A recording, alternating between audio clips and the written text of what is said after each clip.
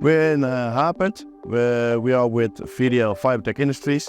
We are one of the companies from the VDL group, and we cover the composite market. We operate in 3 different markets, so it's medical, mobility, and high performance. The automation of this use case comes with a lot of challenges due to the complex, non-rigid and fragile nature of the involved workpieces.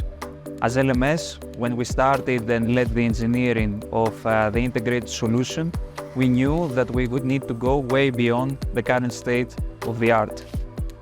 We started by designing and deploying a custom dual arm manipulator, whereas the next phase was to enhance it with a number of software and hardware modules towards better dexterity as well as perception and cognition capabilities.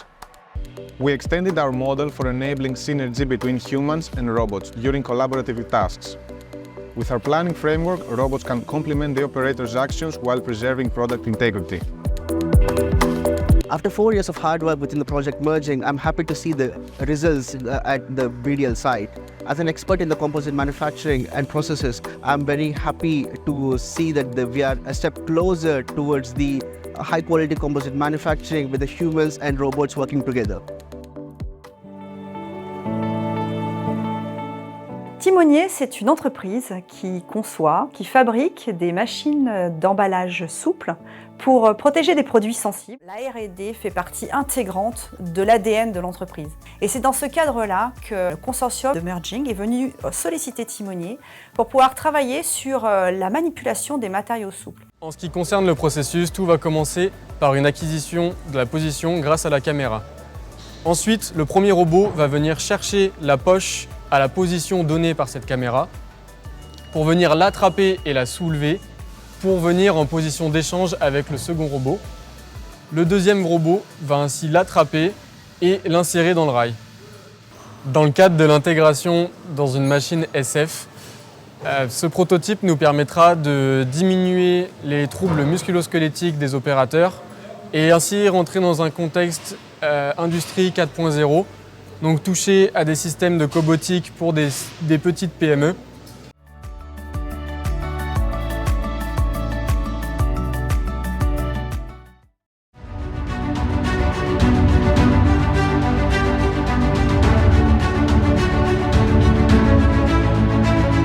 Selmar es una empresa gallega que nace en el año 1975, dedicada a la creación de prendas íntimas que combinan calidad, elegancia y artesanía. Con el objetivo de buscar maximizar la eficiencia de nuestros procesos y, en concreto, optimizar el prearmado de tejido, surge la oportunidad del proyecto Merging.